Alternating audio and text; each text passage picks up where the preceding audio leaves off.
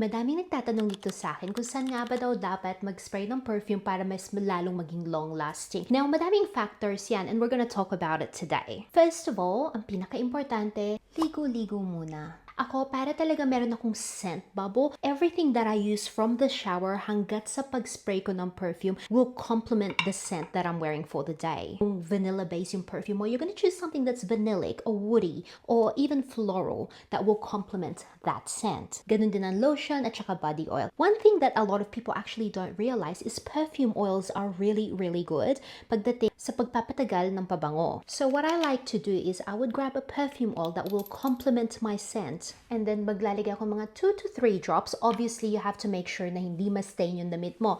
Katulad nito, hindi ko to pwede lagyan ng perfume oil. That bad, and the perfume oil doesn't have color. Bago ko pa suotin yung damit ko, ilalagay ko siya sa damit ko. And trust me, that scent is gonna stay on all day. Next step is I will grab the perfume that I'm wearing and then I will spray it everywhere.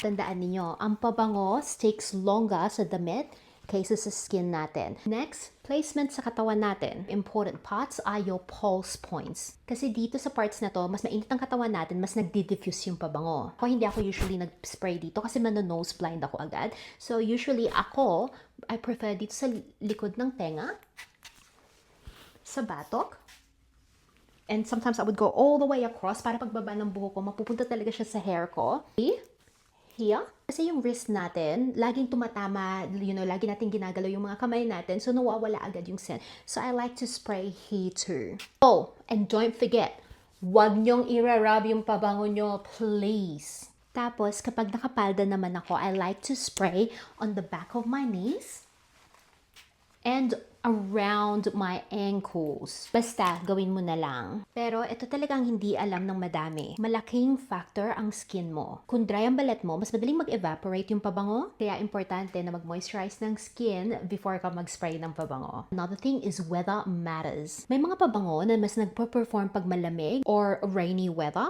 At meron din mga ibang pabango na nagpo-perform pag humid. Pero that's for another video. And ang last tip ko is travel sprays. I always carry travel sprays with me.